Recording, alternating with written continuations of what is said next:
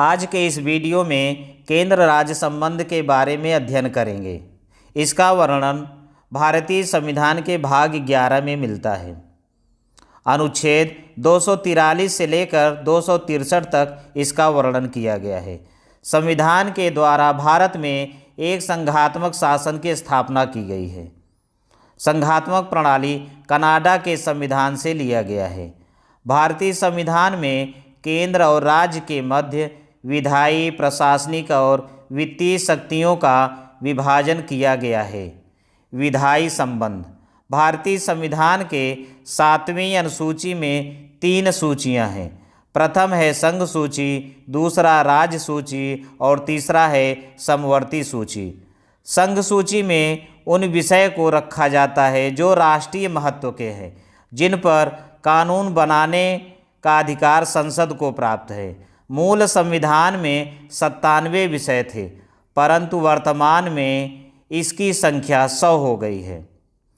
इसमें वे विषय आते हैं जैसे रक्षा, विदेशी मामले, युद्ध व संधि, आयात शुल्क, नागरिकता, डाक एवं तार, विदेशी व्यापार, रेल तथा वायु एवं जल परिवहन और बीमा आदि। अगला है राज्य सूची। राज्य सूची में उन विषयों को रखा जाता है जो स्थानीय महत्व के हैं और उन पर कानून बनाने का अधिकार राज्य के विधानमंडल को प्राप्त है। इस सूची में 66 विषय थे, परंतु वर्तमान में केवल 61 विषय हैं। प्रमुख विषय हैं जैसे पुलिस, स्थानीय स्वशासन, कृषि, सिंचाई एवं सड़क आदि।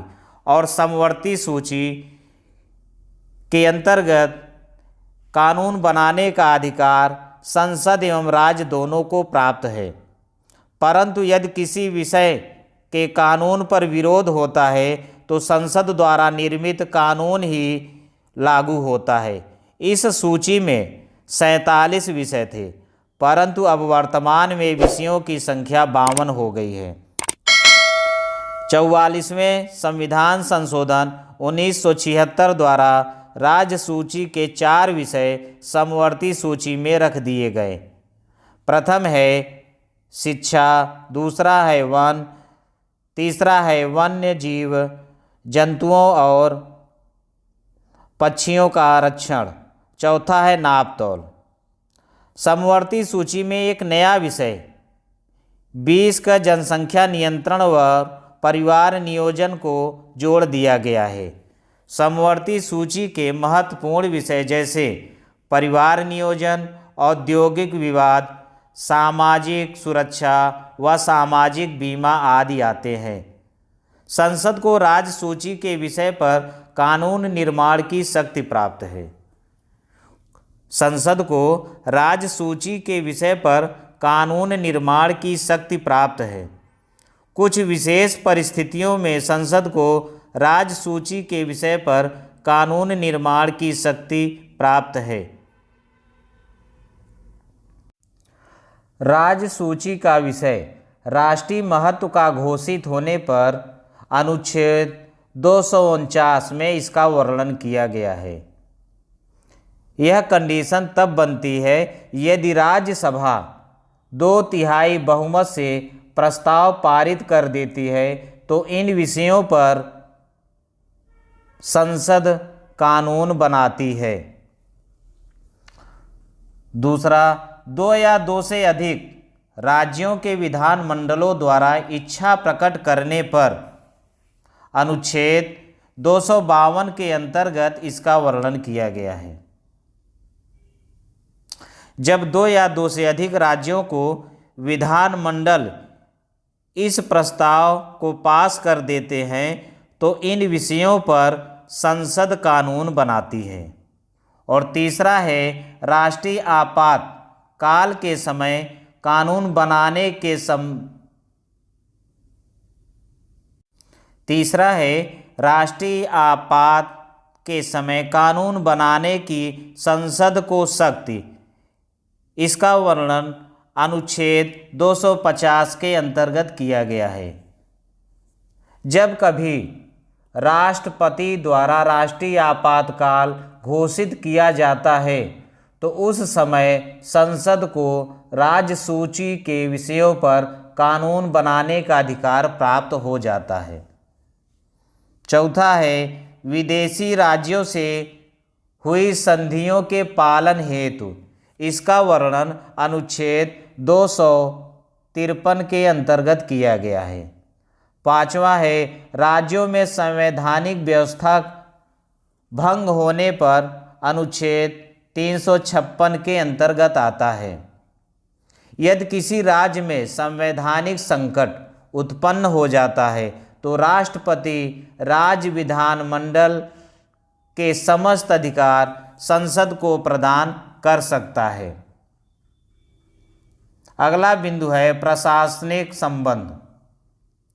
प्रशासन के क्षेत्र में राज्यों को स्वतंत्रता दी गई है, परंतु केंद्र का नियंत्रण राज्यों पर बना रहता है।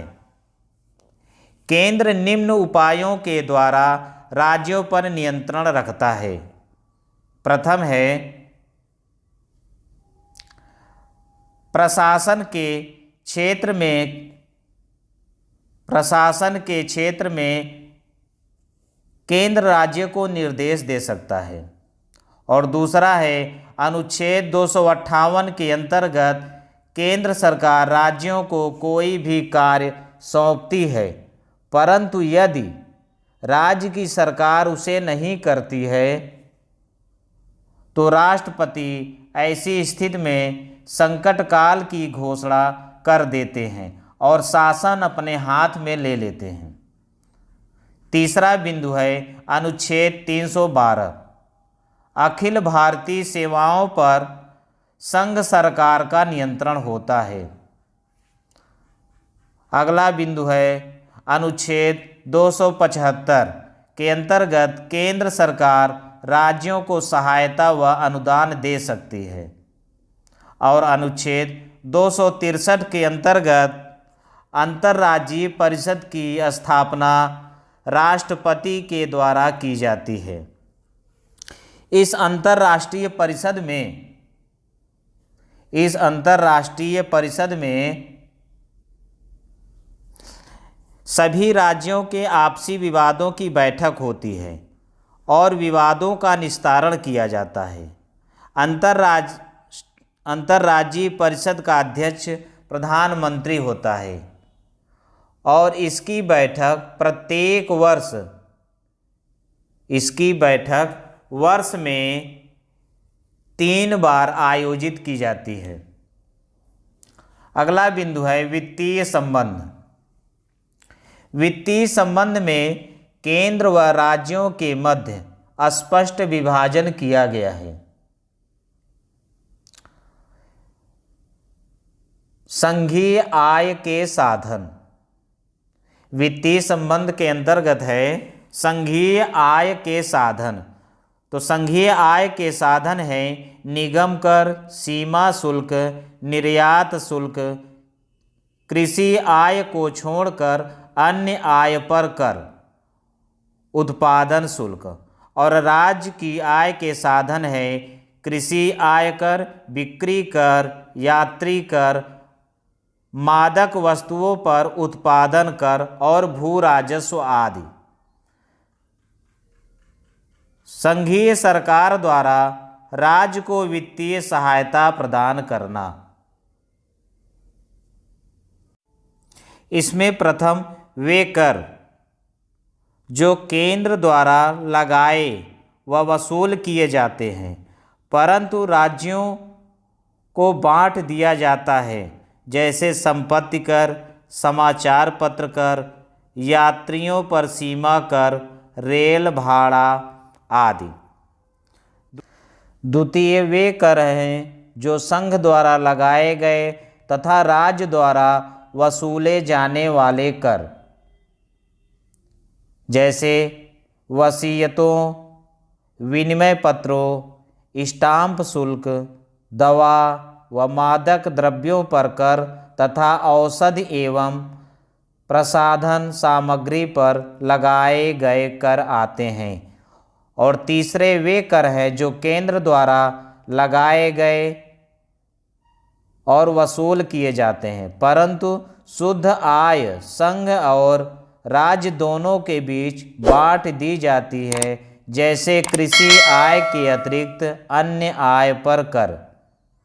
वित्त आयोग की स्थापना अनुच्छेद 280 के अंतर्गत की गई है।